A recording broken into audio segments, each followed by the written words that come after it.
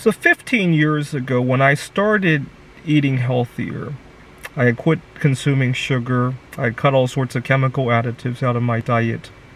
One of my favorite pranks to play every Halloween was to give people baking chocolate.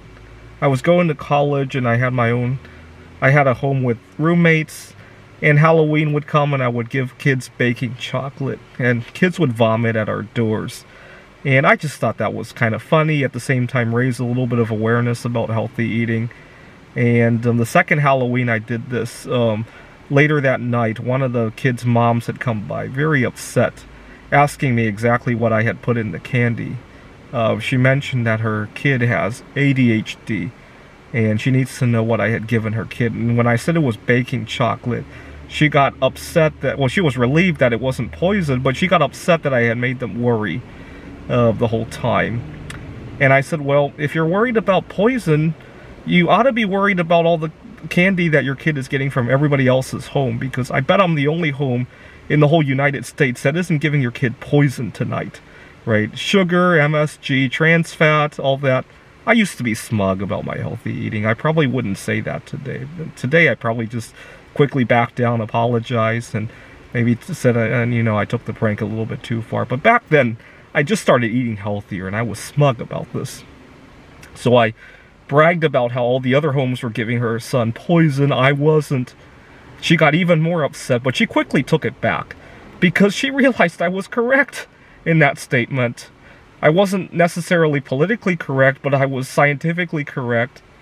And it just goes to show that a lot of times our logic is completely backward.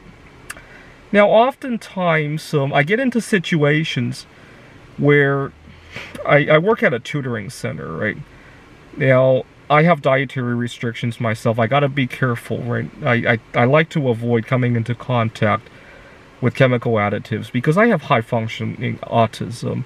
And I just find I do so well without those chemicals. I just like to be a little bit more precautionary. Maybe I won't get terribly ill from contact with some of these things, but a little precaution is definitely worth it for me. And so oftentimes the kids would be eating, I would social distance from them. Now, some of these kids have even more severe reactions than I do, right? We have kids who have peanut allergies, and so other kids have to accommodate them. But when we talk about accommodations to peanut allergies, my head always spins a little bit, because who's really accommodating who? You know, peanuts are not a Paleolithic food, right? And very few people have a need to eat peanuts, right? So is it the people who love to eat peanuts, they have to accommodate this one person with a peanut, or a few people with a peanut allergy? Or is it the other way around? The people with the peanut allergy are constantly accommodating the rest of society who wants to eat peanuts, and occasionally has to swing the other way around, right? It really depends on the way you look at it. Now, peanuts, you could argue that they have nutritional value. What about people who love to put on fragrances, right? I often hear, sometimes you go into a building, at our tutoring center, we have a sign to be mindful of that. Like, please accommodate some occupants in the building who have sensitivities to those fragrances. It drives me nuts when I hear it that way. It's really the people who have sensitivity to fragrances who are constantly accommodating the rest of the world who are putting on fragrances, right? Now, these last 2 years, most human beings around the world have had the luxury of poisoning our immune systems, right? Most people have access to sugar, trans fat, MSG, probably even more so than people who have clean drinking water or clean air to breathe, right? I'm willing to bet more people have access to trans fat than have access to clean drinking water. That's my bet. Okay, so we poison our immune systems. And to the extent that eating a bat could cause a global pandemic, right? And our solution is not to stop poisoning our immune systems. Our solution is to isolate ourselves from other viruses in our environment to the point that we might have a flu pandemic now, right?